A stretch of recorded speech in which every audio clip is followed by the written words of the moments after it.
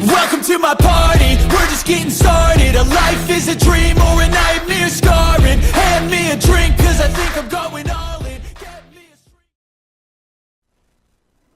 네, 2024년 11월 25일 이종근의 HQ입니다. 여러분들 놀라셨을 겁니다. 저도 굉장히 놀랐는데요. 오늘 이재명의 위중교사 1심 선고가 있는 날입니다. 2시부터 저는 대기를 하고 있었고요. 일단 자막으로 계속 내용을 봤는데 어느 순간부터 길이가 이상하다라고 느껴졌다가 그대로 그 불길한 예감이 결론이 났습니다. 이재명은 무죄라고 재판부는 선고를 내렸습니다. 권순일, 유창훈, 그리고 유창훈에 이어서 세 번째입니다. 이번 김동연. 역사의 기록이 남을 것 같습니다. 굳이 어떤 진영의 편에 서서 그 진영을 이롭게 하지 않았다는 이유로 이 세 판사의 이름을 대는 것이 아닙니다. 이렇게 판사가 법을 왜곡하고 정의에 반하는 선고를 내리면 그 다음은 어떻게 되나요? 범죄자들이 판을 치는 세상이 되는 겁니다. 지금 오늘 내린 이 선고가 어떤 결과를 낳을지 아십니까? 이제 범죄자들은 마음 놓고 위증을 할 사람들을 찾아서 전화로 30분 동안 내내 사실대로 말해달라라고만 하면서 그걸 한 12번쯤 집어넣고 나머지는 기억나지 않지? 이런 거잖아. 기억나지 않지? 이런 거잖아. 있는 그대로 얘기해 주지만 이런 거였어. 내가 다 써서 보내줄게. 이렇게 해버리면 아무런 법의 제재를 받지 않게 됩니다. 그럼 뭐죠? 판사들은 이제 그런 위증들을 전부 다 증거랍시고 증언이랍시고 다 해서 범죄자들이 모두 풀려나는 세상이 되어버립니다. 그렇지 않게 되기를 사실 기대했습니다. 양식 있는 판사라면 그 30분을 제대로 들어봤다면 얼마나 이재명이 애걸복걸하면서 김진성에게 자신한테 유리한 증언을 해달라고 했는지 너무나 잘 드러나 있습니다. 그런데도 지금 김동연이라는 사람은 그것을 다 받아들이지 않고 왜곡했습니다. 자, 판결문은 아직 안 나왔습니다. 오늘은 보도자료, 그러니까 언론에 노출되기 위해서 요지, 그러니까 재판부의 설명 자료라는 게 나왔습니다. 이제 곧 며칠 있다가 판결문이 나오겠지요. 하지만 그 판결문을 아주 쉽게 요약한 게 이 재판부 설명 자료입니다. PD님, 제가 이거 보냈는데 혹시 띄워주실 수 있으면 준비를 좀 해주세요. 자, 오늘 김동연 재판부 서울중앙지법 33형사부는 이재명과 김진성은 위증죄, 이재명은 위증교사죄, 이 두 피고인에 대해서 선고를 내렸습니다. 그런데 기가 막히게도 중간중간 자막에서 이런 자막들이 이어졌습니다. 김진성과 이재명의 대화는 위증을 요구하는 대화로 해석하기 어렵다. 증거 탐색 수준 및 방어권 행사 수준에 불과하다. 위증교사가 아니란 얘기지요. 거짓 진술을 요구했거나 위증교사죄 성립이 안 된다. 위증을 전제로 하는 위증교사죄는 성립이 안 된다. 실제 이재명을 주범으로 몰자는 협의에 있어서 그건 방어권 행사 수준에 불과하다. 변론 요지서를 제공한 것도 방어권을 벗어난다고 보기 어렵다. 입장을 수차례 설명했다는 사정만으로 위증을 요구한다고 보기 어렵다. 그래서 이재명은 무죄다. 그런데 김진성은 유죄다. 이렇게 선고를 내렸습니다. 자, 마지막 부분부터 제가 정말 기가 막혀 합니다만, 김진성이 유죄인데 이재명은 무죄다. 상식적으로 납득을 하십니까? 김진성은 지금 유죄를 받았습니다. 내가 이재명에게 유리한 증언을 사실이 아님에도 불구하고 했다. 그래서 위증이다라고 재판부는 판단했습니다. 그런데 이재명은 그것을 교사하지 않았다. 시키지 않았다. 그러면 그래서 무죄입니다. 이재명이 시키지도 않았는데 김병량의 수행비서였던 김진성이 스스로 알아서 위증을 했을까요? 위증을 한다는 건 엄청난 범죄입니다. 위증은 말이지요, 법치주의 국가에서 가장 해로운 범죄입니다. 법정 증언은 국가가 진실을 찾아내고 법을 적용할 수 있는 가장 중요한 근거입니다. 그래서 위증은 거짓 증언으로 증거를 조작하는, 국가의 사법 행위를 방해하는 엄중한 범죄입니다. 진실을 해치는 사법 방해를 엄벌하는 것이 실무에서의 기준입니다.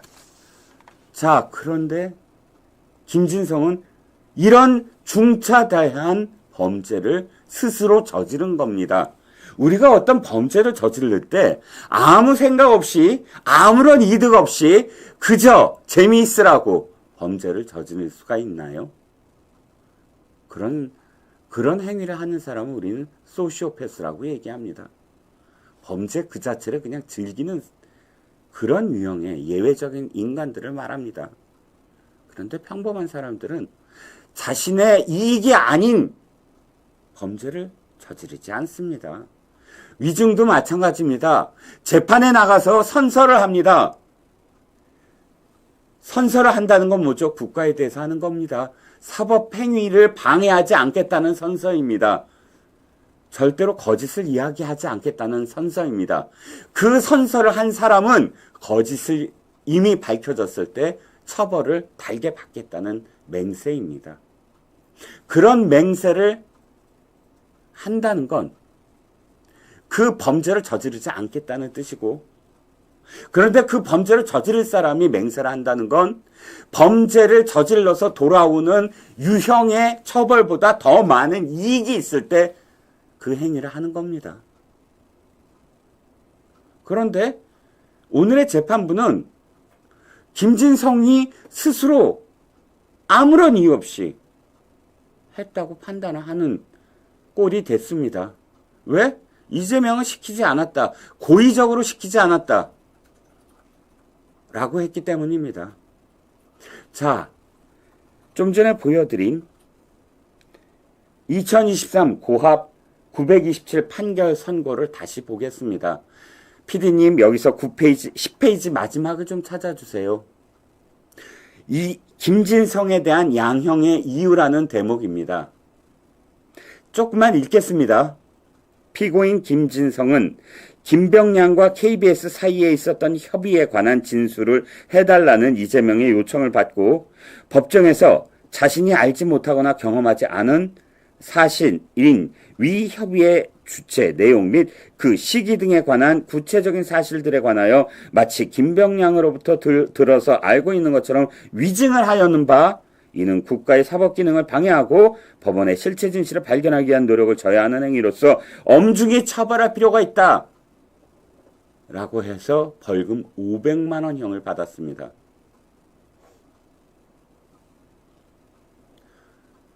아니, 자백을 했습니다. 내가 진술 거짓으로 했어요. 그런데 이재명이 시켰어요. 그 사람이 형이 더 세야 됩니까? 시킨 사람이 세야 됩니까? 그리고 제가 읽어드린 부분 중에 이재명의 요청을 받았다는 대목이 있습니다. 이재명이 김병량과 KBS 사이에 있었던 협의에 관한 진술을 해달라는 요청을 했다는 겁니다. 요청만 했는데 이 요청은 법으로 걸리지 않고 무죄예요. 근데 그 요청을 받아들여서 KBS와 김병량 측에서 협의가 있었다라는 진술을 했다는 겁니다. 그런데요, 이걸요, 김진성이 재판정에 나가서 김병량과 그다음에 KBS 측이 이재명을 지금 잡기 위해서 서로 이렇게 딜을 하고 이렇게 주저리 증언돼 있어서 김진성이 이야기했습니까? 아닙니다. 이재명 변호사가 처음부터 끝까지 질문한 겁니다. 아니, 증인 이재명 변호사입니다. 증인은 김병량 측의 수행비서였잖아요. 그런데 김병량 시장 측과 KBS가 만나서 이재명을 이렇게 죄도 없는 이재명을 주범이냐 몰아가는 거 맞죠? 김진성은 그때 네! 라고만 했습니다. 왜? 사전에 이재명 변호인 측에 우리가 이렇게 질문을 할 거다. 너는 네만 하면 된다. 만나서 그걸 이야기했습니다. 그래서 김진성은 네라고 한 겁니다. 그러면 김동연 판사님, 그렇게 미리 만나서 우리가 이런 질문을 할 테니까 네라고 하세요라고 한 이재명 측이 지금 협조의 요청을 한 겁니까? 협조의 요청이란 게 포괄적으로 위준교사잖아요. 시킨 거잖아요. 단순히 요청을 받고 없는 사실을 자기가 직접 만들어서 할 법익이 있습니까? 이 법익이 아니라 이 사람의 개인적인 이익이 있습니까? 김진성한테요? 그러면 갑자기 천만금이 돌아옵니까? 이 사람한테? 갑자기 하늘에서 뚝 떨어집니까? 김진성은 이렇게 대답할 이유가 분명히 있습니다. 스스로도 재판정에서 밝혔고요. 어떤 내용을 밝혔는지 아십니까? 그 당시 김진성은 김인섭이라는 브로커, 바로 이재명이 형이라고 부르는 김인섭과 손을 잡고 성남시 일대에서 여러 가지 개발 이권 사업에 개입해서 브로커 역할을 김인섭 오른팔로 도와주고 있었습니다. 그런데 경기도지사가 뜨악하니 전화 걸어서 이렇네 저렇네. 그런데 당시에 그러니까 김인석과 김진성은 정바울 백현동 사건의 개발사업 주체로부터 브로커 일에 성공하면 70억을 주겠다. 원래는 300억이었나 하지만 뭐 협정을 통해서 70억으로 깎았죠. 그 돈을 제대로 못 받았어요. 그러면 이재명이라는 사람은 갑이에요. 그러면 김진성이한테는 뭐 옛날에 뭐 김병량의 수행비서 이건 옛날 고리짝 얘기고 2002년도 얘기입니다. 지금 얘기되는 건 2019년도 얘기고요. 자그마치 16년, 17년, 18년이 지난 얘기입니다. 그러니까 김진성은 이재명한테 잘 보일 이유가 있는 거예요. 돈도 받아야 되고 또 계속 어떤 사업을 벌이려면 이재명 지사는 갑입니다. 갑 중에 갑이지요. 그렇기 때문에 전화가 4차례 나오는 걸 어떻게 뿌리칠 수 없었다라고 이야기합니다. 그런데도 김진성 판사는 이 안에서 그냥 요청을 받고 했으므로 너는 500만 원 내. 근데 요청한 사람은 무죄야. 이렇게 얘기한 겁니다. 아니, 법을 모르는 제가 봐도 이게 지금 말입니까? 밥입니까? 법은 최소한의 상식입니다. 상식으로 지금 이 판결문을 보면 이재명의 요청은 죄가 없고 요청을 받아서 거짓을 한 사람은 죄가 있다. 이렇게 되는 겁니다. 이게 말입니까? 밥입니까? 그 위에 좀 올라가 보죠. 자, 이재명이 유죄일 것이다 라고 판단하는 여러 가지 일이 있는데요. 그 중에 하나가 진술서입니다. 이재명은 그렇게 30분 동안 총 30분 4번에 걸쳐서 전화를 했는데 못 믿어왔습니다. 왜? 30분 동안 29분을 이재명 혼자 떠들어요. 아, 그 들은 대로 해주지. 사실대로 해주지. 이거는 계속 알리바이입니다. 이 알리바이로 지금 무죄로 빠져나간 거고요. 사실 그 알리바이 사이에는 아니 완전히 종용을 합니다.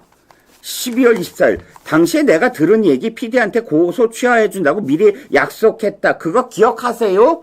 자기가 말을 다 얘기합니다. 스토리 다 얘기하고 그거 기억하세요? 김 시장이 KBS와 상의했잖아요. 그렇게 하고 교감이 있었다는 얘기를 해주면 딱 제일 좋을 것 같은데 이런 식으로 내용을 자기가 다 29분 동안 얘기를 합니다. 그리고 종용합니다. 그렇게 얘기해주면 제일 좋아. 아니 기억나? 기억을 강요하고 있습니다. 1분 동안 김진성은 네 하다가 아니 모르겠는데요. 결정적인 부분에 와서 아니 내가 그때 없었어요. 나는 김병양 시장의 재선을 위해서 캠프에 있었어요.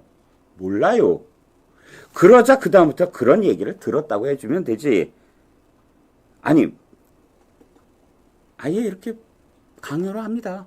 29분 동안 강요를 하고 1분 다 합치면 1분. 네, 모르겠는데요. 애매한데요. 네. 이게 김진성의 답변입니다. 그런데 이재명이 못 믿었는지 원래 증인은 진술서를 원래 또 이렇게 재판부에 보냅니다. 이렇게 진술하겠다고. 그런데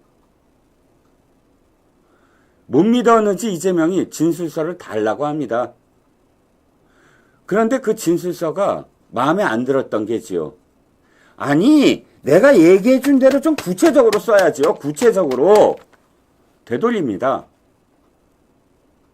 그래서 진술서를 또다시 막 이재명의 기억, 이재명이 만들어낸 기억을 그대로 쓸 수밖에 없었습니다. 이게 위증교사지 뭐가 위증교사입니까?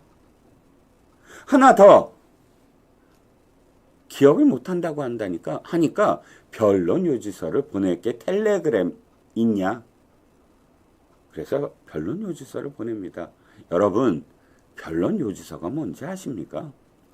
피고인 이재명이 그러니까 피고인이 앞으로 법정에서 어떻게 내가 빠져나갈 것이다. 어떤 식으로 내가 변론을 할 것이다.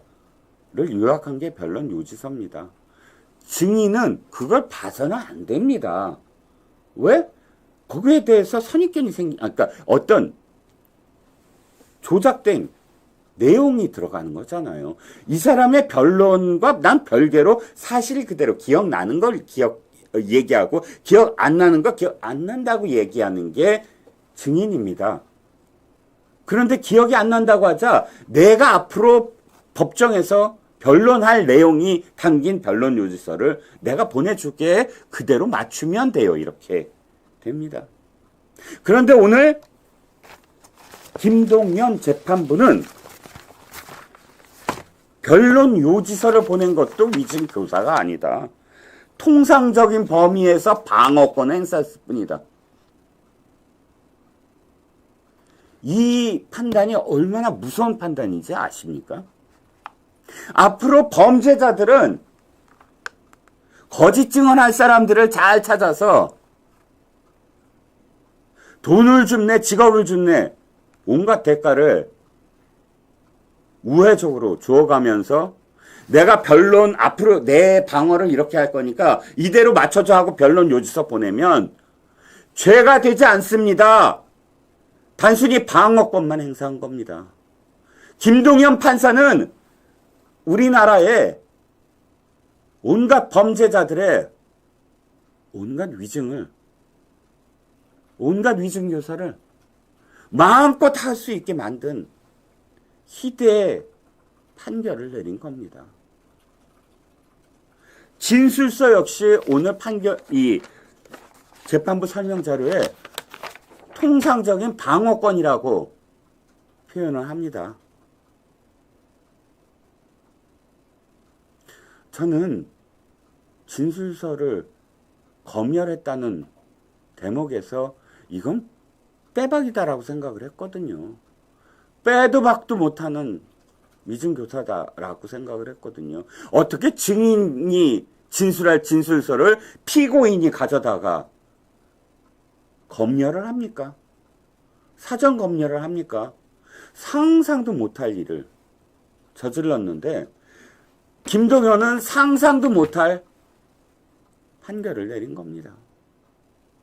통상적인 방어권이라고 말이지요. 와, 정말 아무리 생각해도 저는 납득이 가지 않습니다. 검찰에서는 통화 횟수와 시간, 이것 역시 위증교사의 가장 뚜렷한 증거다 이렇게 얘기를 합니다. 원래요, 피고인이 의뢰한 변호인들은 피고인한테 이런 주의부터 한다고 합니다. 절대 증인들하고 전화하지 마세요. 절대 이메일 같은 거 하지 마세요. 연락하지 마세요. 왜? 전화 한 통화라도 하면 위증교사 혐의를 받습니다. 재판에서 굉장히 불리하게 됩니다. 증인이 저 피고인이 나한테 전화했어요 라고 한 순간 그냥 위증교사가 돼버린 거거든요. 그래서 전화 한 통화 하지 마라 라고 말린다고 합니다. 그런데 이번엔 어땠습니까? 정진상이 김진성한테 먼저 전화를 걸고 김용이 전화를 걸고, 근데 김진성이 나한테 전화하지 마세요. 그러니까 어쩔 수 없이 이재명이 직접 전화를 합니다. 생각해 보세요. 모든 이재명의 범죄에 이재명의 녹취가 있는 범죄가 있습니까? 김만배와 통화한 내역이 있습니까? 아니면 이화영과 통화한 내역이 있습니까? 정진상과 나눈 대화가 있습니까? 지금 이재명이 벌인 온갖 범죄 혐의에 단 한 개도 이재명의 목소리가 들어간 증거는 없습니다. 딱 하나 있습니다. 이 위증교사예요. 그렇게 조심스러운 이재명이 왜 목소리가 남겨졌을까요? 절박해서였습니다. 이 정진상으로 통해서 안 되고, 김영 통해서도 안 되고, 그러니까 이거 빼박 유죄구나. 어쩔 수 없이 이재명이 본인이 전화를 한 겁니다. 그리고 알리바이를 계속 만듭니다. 들은 대로 해주세요. 사실대로 해주세요. 기억나는 대로만 해주세요. 12번은 그걸 때문에 외칩니다. 나머지 모든 부분은 자기가 다 만들어내요. 스토리를. 그리고 이대로 해달라고 합니다. 그런데 지금 검찰은 이렇게 4번이나 전화를 하고 30분이나 통화를 했다는 자체만으로 위증교사다. 내용 볼 거 없다. 원래 그렇게 판단하는 게 상식적인 판례였으니까요. 그런데 오늘의 재판부는 수차례 통화를 했다고 해서 위증교사라고 볼 수 없다 라고까지 적시를 했습니다.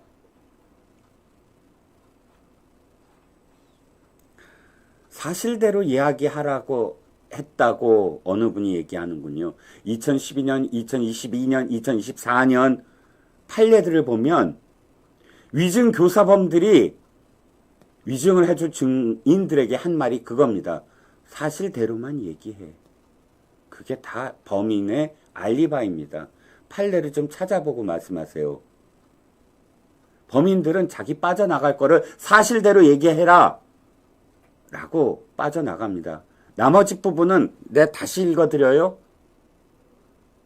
그 30분의 통화에서 김진성이 기억나요. 이건 이거고 이건 이거고 이건 이거예요로 얘기한 한마디라도 있습니까?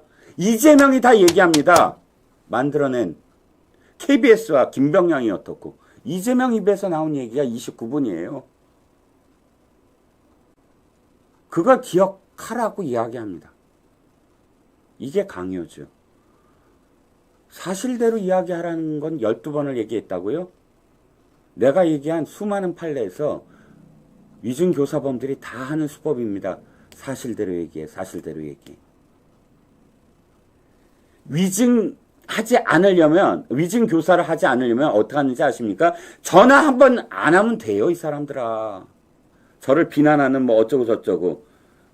참 말도 안 되는, 지금 한 분이 오셔갖고 저를 비난하는데, 원래대로 증언을 하는 건 위증교사범이 아니라 전화를 안 하면 됩니다. 그러면 원래대로 증언해요.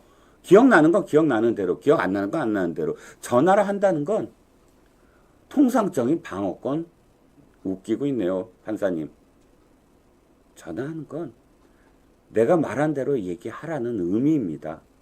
그래서 수많은 판례에서 전화 횟수, 전화한 전체적인 시간, 왜 만나려고 하고 왜 이메일을 하려고 하고 했는지, 그것은 위증교사의 목적이 있다라고 판시를 합니다.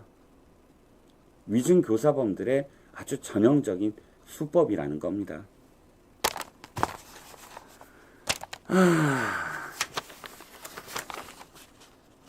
아마 판결문이 나오면 제가 좀 더 자세하게 말씀을 드릴 수가 있을 것 같은데, 오늘은 뭐 판결 요지문이고, 그 판결 요지문에 따라서 사실 오늘 자막들이 계속 나왔기 때문에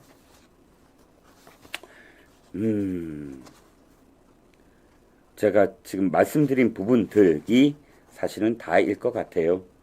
오늘 제가 또 오늘의 아투를 말씀을 드리지 않는 이유는, 오늘의 아투가 사실 거의 아침 조간신문의 탑 제목이나 사설이 모두 다 이재명 재판, 위증교사 재판과 관련된 전망 기사였거든요. 그래서 소개를 해드릴 수가 없습니다. 이미 결과가 이렇게 나왔기 때문입니다.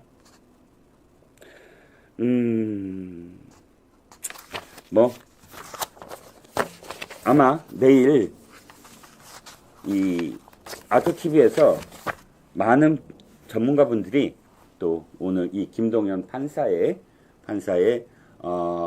판결 선고를 두고 자세하게 분석을 해드릴 것 같아서 오늘 저는 이 정도에서 마무리를 짓겠습니다.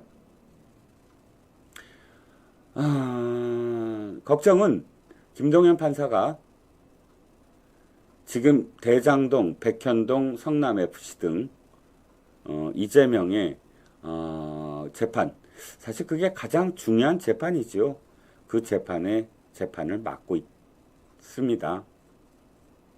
그 재판이나 이 재판이나 중간에 어떤 과정들은 굉장히 어떤 의미에서는 좀 공정하게 보인 대목도 분명히 있었는데, 오늘 저는 결과가 중요한 것이 아니라, 물론 결과 좋습니다. 중요합니다. 무죄 이해가 안 갑니다. 하지만 무죄라고 아까 그 판시하는 그 과정, 이 논리의 과정이 그 최소한의 설득될 수 있는 요인이 있어야 되지 않겠습니까?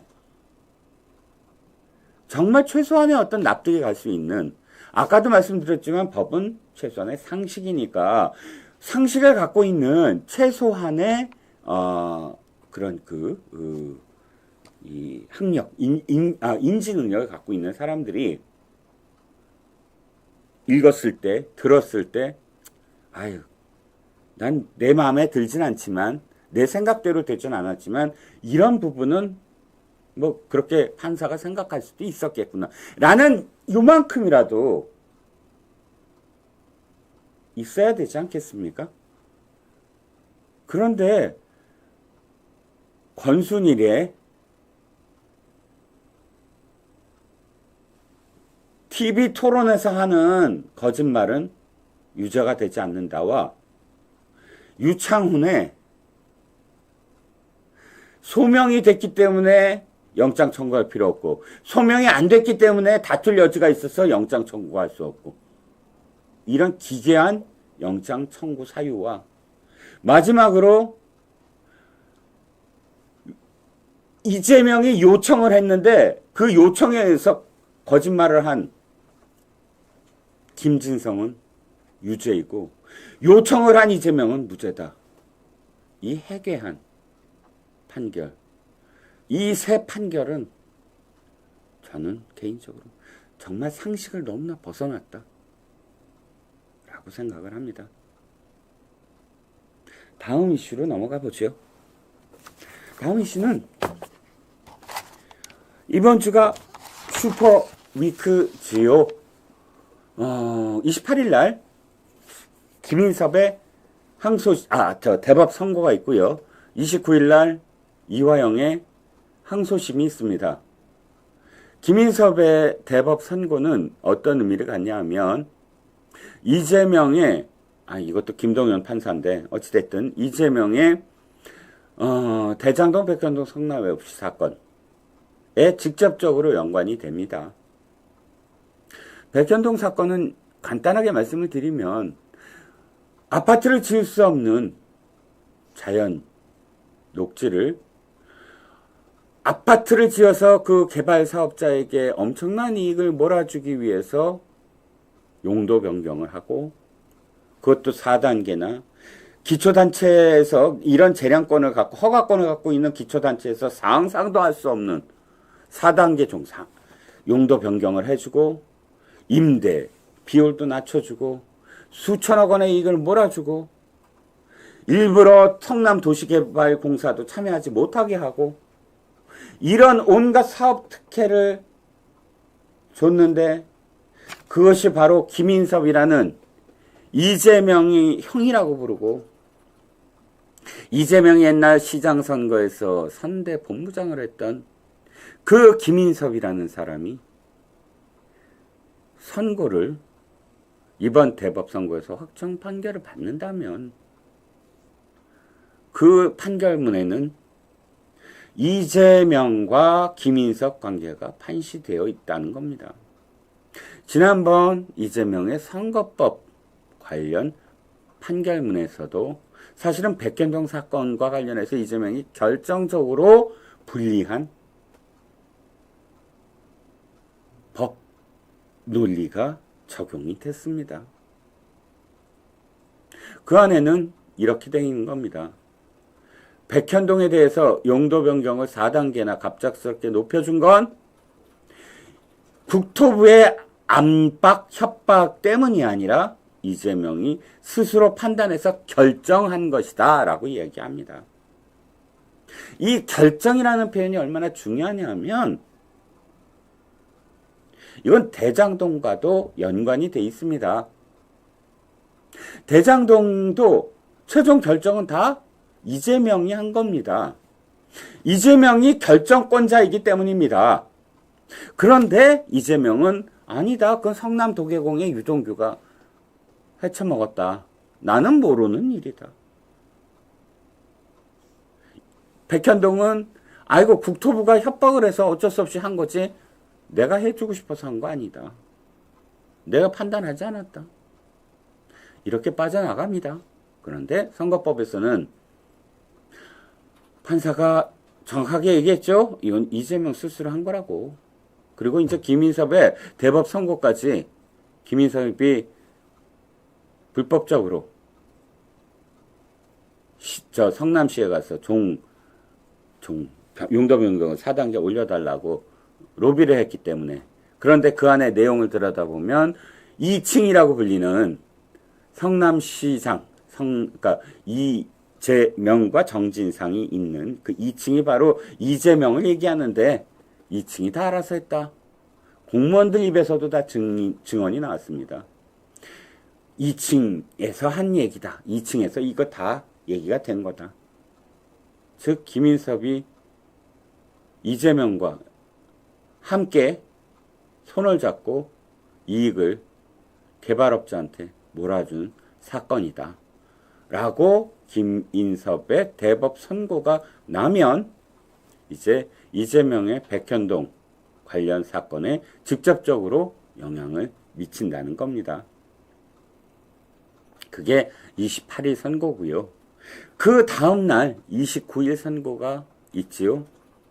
29일 선고는 이화영의 항소심입니다. 이게 왜 눈길을 끄냐 하면 이화영 재판이 이미 신진우 판사에 의해서 9년형을 선고를 받았지요. 그런데 일부 무죄를 때렸습니다. 신진우 판사가요. 그러니까 800만 불 중에 직접적으로 노동당의 영수증이 있는 돈은 외국환 거래법의 위반이다. 그런데 아태평화협회에서 받은, 북측에서 받은 돈은 그것이 정부라고 볼 수 없다. 사실 아니, 북한이 무슨 시민단체가 있습니까? 다 정부지. 다 기관이지. 어쨌든 그렇게 봐서 일부 무죄 때리는 것도 있거든요. 만약에 그것까지 포함된다면 이화영은 형이 더 늘어날 것입니다. 검찰은 이번에도 15년 구형을 때렸으니까요. 그런데 이화영이 문제가 아닙니다. 중요한 건 이재명입니다. 자, 이화영의 재판에서는 이재명과 연관된 부분은 다루지 않았습니다. 다루지 않았다는 건 무슨 뜻이냐면 그 안에 계속 내용은 있습니다만 이것이 직접적으로 어떤 선고를 내리거나 하지 않았다는 겁니다. 기소되지 아니한 내용이라는 겁니다. 다만 이화영의 기소를 위해서 그 과정을 설명할 때 이재명이 거의 주인공으로 이 판결문에 다 드러나 있지요. 항소심에서 서울고법이 엄청나게 빠른 속도로 재판을 종결시켜버렸습니다. 6월 달에 아마 이게 항소를 시작을 했을 거예요. 그러니까 6개월 만이면 사실, 형사 사건에서 고법이 6개월이면, 완전히 빠르다라고는 할 수 없어도, 뭐, 선거법 3개월이면 하니까. 그렇지만, 재판 지연을 하지 않았다. 상대적으로 굉장히 빠르게 진행을 했다. 라고 할 수가 있고요. 자, 그런데 문제는 이재명입니다. 이재명의 대북 송금 사건이 이제 재판이 열리게 되고요. 이게 신진우 부장판사한테 해당이 되지 않았습니까? 그런데 신진우 부장판사를 어떻게든 피하고 싶은 또는 어떤 판사가 되든 마찬가지로 재판을 늘어뜨리고 싶은 이재명 측은 첫 번째 재배당, 두 번째 복사, 신공, 복사가 안 됐다. 신공. 그 다음에 세 번째, 이번엔 또 공범이 이화영으로부터 재판부 기피 신청. 뭐 다람쥐 채팔기 도주시 서로 짜고 어떻게든 재판을 늘어뜨리려고 하고 있습니다. 복사가 안 됐다고 3번이나 지금 이야기해서 네 번째 12월 달 기일을 잡은 신진우 판사가 이제 더 이상 기다리지 않겠다라고 선언을 했습니다. 6개월이나 지났거든요. 공판 준비 기일, 실제로 재판이 열리기 전에 사전에 우리가 증언을 몇 명을 세울 것이며 어떤 거를 증거로 내세울 것이며를 협의하는, 본 재판에 앞서서 미리 협의하는 그런 공판 준비 기일만 4번째입니다. 그런데 신진우 부장판사가 마지막 3번째 공판 준비 기일에서 이렇게 선언을 했습니다. 이제 더 이상 미루지 않는다. 두 번째, 수원 고법에서 이화영의 항소심이 결정이 되면 거기서 심리한 것은 다시 심리하지 않겠다라고 얘기합니다. 이재명이 갖고 있는 카드 하나를 사전에 없앤 거지요. 이재명이 갖고 있는 카드는 언제나 이겁니다. 새로운 증인들 또 집어넣고 한 100명 증인 법정에 세우겠다고 얘기해서 재판을 지연시키는 거거든요. 그런데 이미 유사한 성격의 재판, 이화영의 재판에 1심 끝났고 이번에 2심이 되는데, 그래서 1심과 2심에서 이미 법정에 선 증인들 또다시 부를 이유가 없다는 겁니다. 생각해 보세요.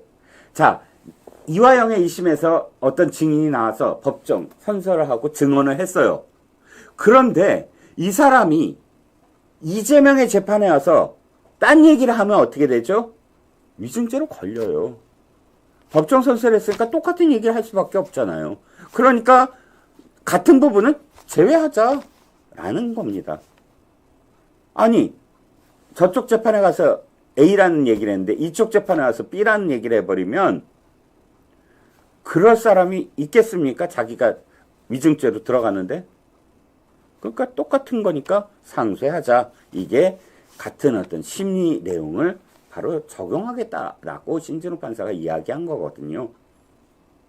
그 이야기한 대로 실행을 하면 사실 대북송금과 관련된 이재명, 이화영, 김성태의 재판은 일사천리로 끝날 것입니다.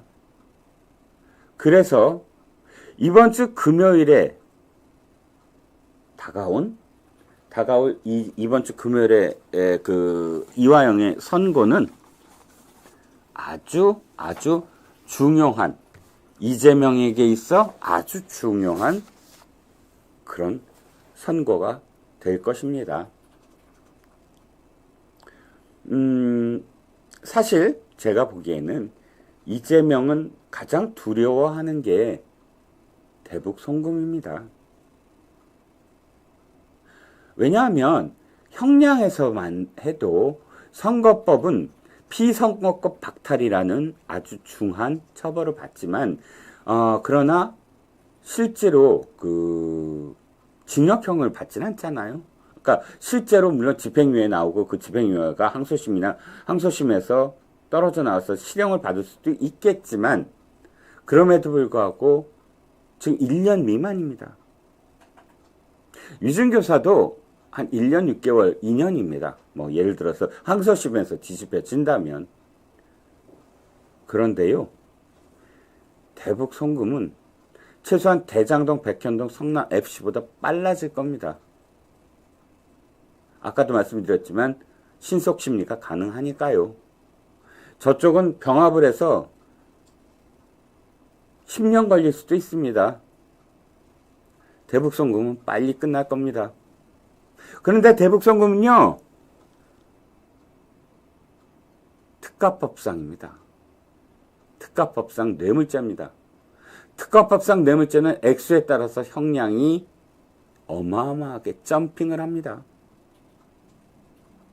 5억 이상이면 뭐 7년인가요? 그런데 얼마인지 아십니까? 800만 달러입니다. 자그마치 800만 달러면 수십 년입니다. 그 수십 년의 징역형을 선고받을 수 있는 것이 바로 대북 송금입니다. 그래서 이재명은 어떻게든 대북 송금만큼은 피하고 싶었을 겁니다. 그래서 단식을 하고 뭐 온갖 핑계를 다 동원을 하고 할 때마다 사실은 대북 송금을 피하려고 했던 거거든요. 그 어떤 재판보다.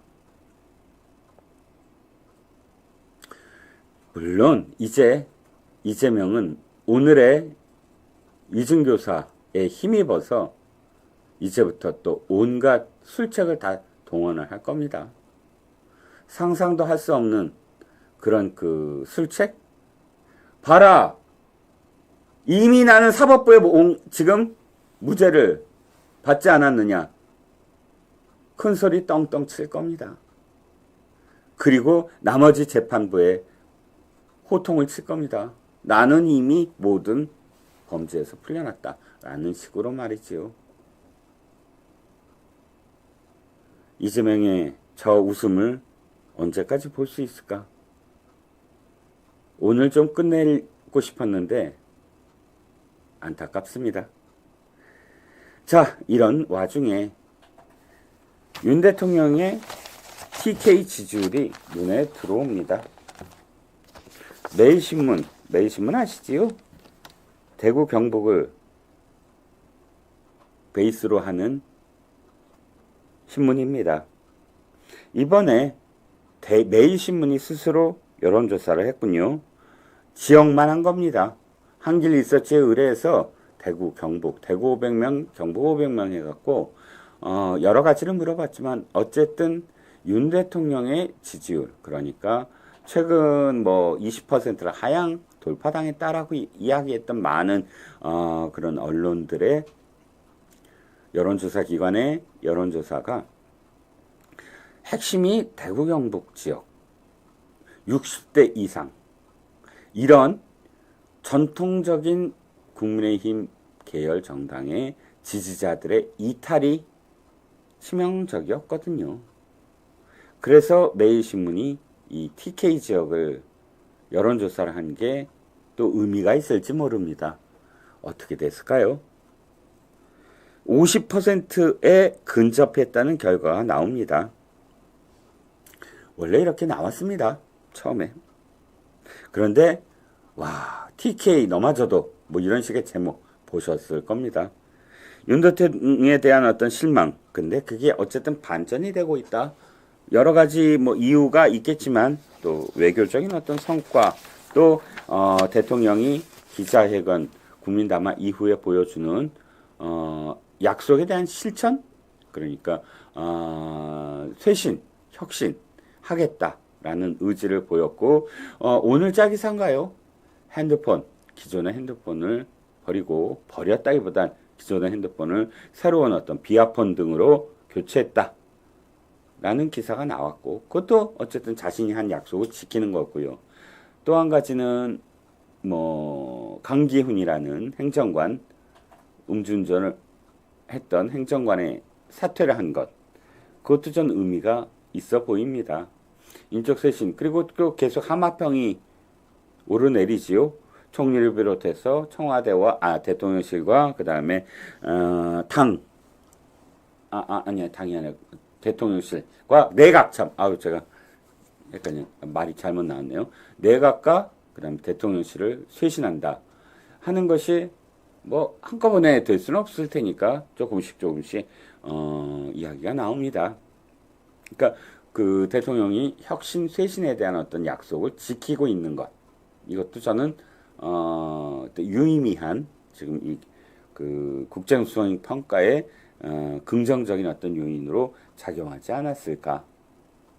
그리고 또 한 가지 이제 외교 안보 얘기. 외교 안보가 사실 좀 불확실성, 그러니까 트럼프의 당선으로 인해서 불확실성이 커졌고, 그리고 이제 트럼프의 당선으로 인해서 두 가지 불확실성이죠. 하나는 경제적인 측면. 트럼프가 당선된 이후에 전 세계에서 우리가 가장 크게 영향을 받고 있다. 주가 엄청 떨어진 거 보셨죠? 뭐 이런 그 영향, 그 경제적인 어떤 그 앞으로 어떻게 될 것인가에 대한 두려움이 분명히 존속할 테고, 외교 안보 영역도 러시아의 러시아와 북한이 용병 관계를 맺고 쿠르스크에서 참전하는 부분, 이것이 사실 안보적인 측면에서는 상당히 주목을 해야 될 어떤 이유겠지요. 왜냐하면 이제 첫 번째는 실전, 그러니까 북한군이 이제 전쟁이라는 것을 실제로 겪고, 그래서 작전 수행 능력이 배가 되는 그런 이득이 있지 않을까 하는, 거꾸로 우리한테는 굉장히 불리하게 되는 그런 결과에 대한 우려. 그 다음에 러시아와 북한의 혈맹 관계, 즉 북한의 유고 내지는 북한이 전쟁을 벌이는 어떤 상황일 때 자동적으로 러시아군이 개입하게 되는 상황. 이런 부분들에 대해서 분명히 우려가 있을 텐데, 거꾸로 윤 대통령에 대한 어떤 신뢰, 외교 안보에 대한 그런 능력, 뭐 이런 부분들이 작용을 하지 않았는가. 특히 그래서 이제 60대 이상과 TK 지역에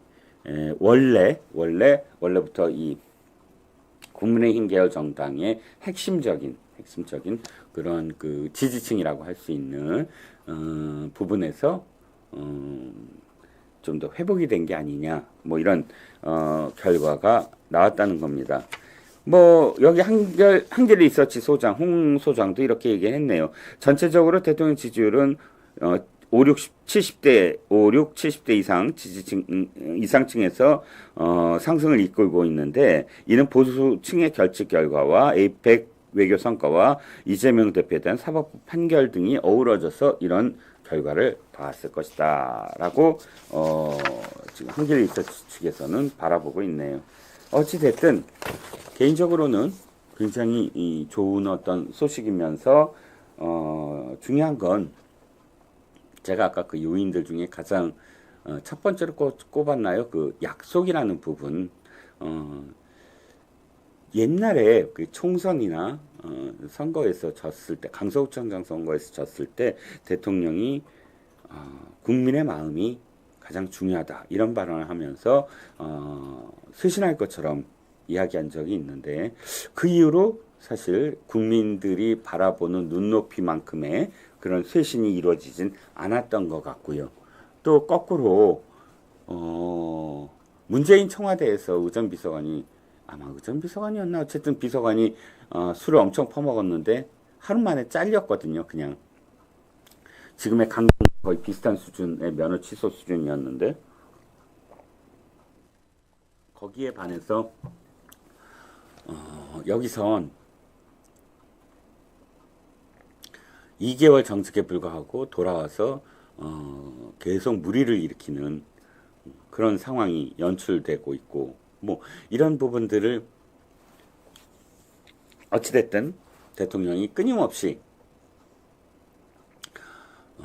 전혀 다른 새로운 사람들로 채워넣고 국정 수행을 제대로 해보겠다라는 의지를 표명하면서 앞으로 매진하지 아니하면 이 지금의 TK의 어떤 그 지지 또다시 관망으로 돌아설 가능성도 있습니다.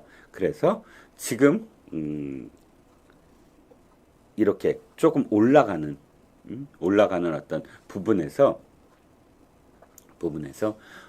긴장을 늦추지 않으셔야 된다. 아유, 지지로 올랐으니까 이제 뭐 그대로 해도 되겠네. 이런 상황이 되면 TK 언제든 또 회초리를 들 수 있다라는 것도 늘 생각을 하셔야 될 것 같습니다. 오늘 사실 많은 분들이 뭐 그 좀 더 혼란이 많으실 것 같아요. 댓글들을 제가 쭉 읽어드리질 않았지만 다들 또 아무것도 하기 싫어진다라는 골프여신님 말씀처럼 사실 저도 오늘은 방송하기가 참 힘들었습니다. 제가 납득을 해야 뭔가 설명을 드릴 텐데 제가 납득을 못하니까 목소리만 커지지 논리적으로 이걸 하나씩 말씀을 드리질 못하는 것 같아요. 그래서 참 저도 송구스럽습니다. 제가 좀 더 진중하게 하나씩 그 안의 내용들을 조목조목 분석을 해드리고 무엇이 잘못됐는가를 일일이 말씀을 드릴 수 있었으면 참 좋았겠다라는 생각이 드는데, 아무튼 그건 뭐 다른 그 전문가분들한테 맡기고 이종근님 힘내세요라는 글부터 들어옵니다. 감사합니다. 김동현, 양심 있다면 국민 앞에 나 부끄러운 줄 알라. 그 다음에 한사 바꿔야 된다. 오남지님 응원합니다. 감사드립니다. 왜 응원한다는 댓글만 먼저 들어올까요? 제가 또 참 그렇습니다. 석현님 요즘 안 갑니다. 요즘 저를 잘랐습니다. 생각이 다르니까요. 자, 그 다음에 신진우 판사 임기 끝나도 2년 더 해야 한다. 그러게요. 신진우 판사가 지난번에도 인사 이동이 돼야 됐는데 신진우 부장판사 스스로 나 더 하고 갈래요 해서 그 남아서 대북송금 판결을 내렸다고 합니다. 유창훈보다 더하다. 좀 더한 것 같아요, 진짜. 에스솔라님 국민이 웃음냐. 김복희님 판사가 나라 망친다. 아이리스님 정의로운 나라로 가는 것 같아서 기뻤는데 너무 슬프다. 그렇죠. 자, 김창우님 사인하다 열받아서 유명인이신가 봐요. 오늘 사인을 계속 하셨나 봅니다. 자, 정진상이 항소한다고 승리할 수 있을까요? 승리 안 되죠. 당연하죠. 그래요. 수담파라님 맞습니다. 선거법 2심만 빨리 끝나면 됩니다. 선거법만 제대로 633의 법칙이 지켜져도 다른 판결이 좀 늦어지거나 하더라도 그래도 참아낼 수 있습니다. 우리가 원하는 건 이재명 없는 세상이거든요. 이재명이 스스로 얘기했잖아요. 이재명은 죽지 않는다. 근데 그 다음 말이 더 웃겨요. 민주주의도 죽지 않는다. 아니 지가 민주주의야? 말이야 팝이야. 이렇게 말해야 되죠. 이재명은 죽지 않는다. 다만 사라질 뿐이다. 사라져 주면 돼요. 누가 죽으래? 아니 우리가 무슨 적입니까? 뭐 자기네들처럼 뭐 죽음의 구판을 벌이는 그런 좌파입니까? 우리는 죽음 뭐 이렇게 뭐 안 해요. 부추겨 갖고 죽게 만들고 이렇게 안 합니다.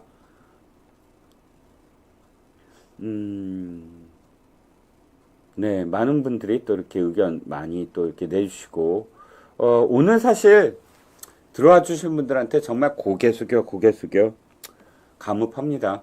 오늘 같은 날은 유튜브 보고 다 때려치고, 한강에 가서 강물 내려다보고 멍 때리거나, 그 옆에 있는 편의점 들어가서 맥주나 막걸리 딱 사들고 나와갖고, 육포 하나에 쭉쭉 찢어가면서 그래 맞아 우리한테는 선거법 2심이 남아있어 라고 조금 마음의 위로를 갖는 것. 뭐 사실 저도 그렇게 하고 싶었는데 어쩔 수 없이 아트에 왔습니다. 그런데 이렇게 저처럼 많은 분들이 또 들어와서 말씀을 나눠주시고 계시네요. 정말 감사드립니다. 자, 오늘 이종근의 HQ 이제 서서히 문을 닫겠습니다. 오늘의 아투가 좀 더 있었으면, 그러니까 다른 내용이 있었으면 또 그것부터 말씀을 드리고 시작하려고 했는데, 다 이재명 오늘 재판 얘기였기 때문에 오늘 아투를 오늘 건너뛰었다는 점 양해해 주시고요. 자, 저는 또 다음 주 월요일 날 뵙겠습니다. 다음 주 월요일은 제가 오늘처럼 흥분하지 않고, 즐겁게 또 한 주를 여는 월요일의 남자, 월요일에 이종근의 HQ의 진행자가 되겠습니다. 꼭 그렇게 될 거고요. 그러기 위해서는 28일, 29일의 선거가 그야말로 법과 정의에 기반하에서 이루어질 것이라고 저는 정말 기대하고 믿습니다. 자, 들어와 주신 모든 분들 복 받으실 겁니다. 정말 감사드립니다. 다음 주 월요일에 뵙고 내일도 역시 아투TV에 많은 참여 부탁드립니다. 감사드립니다. Welcome to my party, we're just getting started. A life is a dream or a nightmare scarring. Hand me a drink cause I think I'm going on.